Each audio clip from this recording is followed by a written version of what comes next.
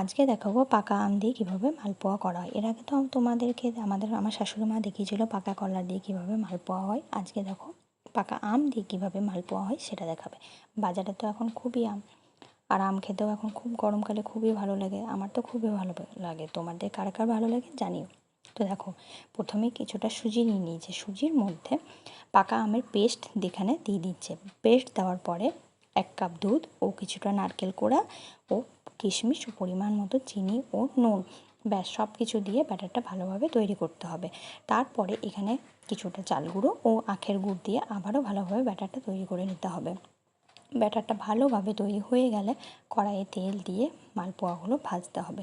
মালপোয়াগুলো খেতে কিন্তু খুব সুস্বাদু হয়েছিল। পাকা কলারও যেমনি ভালো হয়, পাকা আমেরও কিন্তু খুব ভালো হয়। তোমরা যারা বাড়িতে বানাবে তারা কিন্তু দেখিয়ে দেখো কেমন হয়েছে। এরপরে দেখো মালপোয়াগুলো এবার একটা একটা করে দিচ্ছে ও তারপরে হয়ে গেলে সেটা তুলে নিচ্ছে। তারপরে দেখো মালপোয়াগুলো কত সুন্দর দেখতে হয়েছে এবং খেতেও কিন্তু খুব সুস্বাদু হয়েছিল।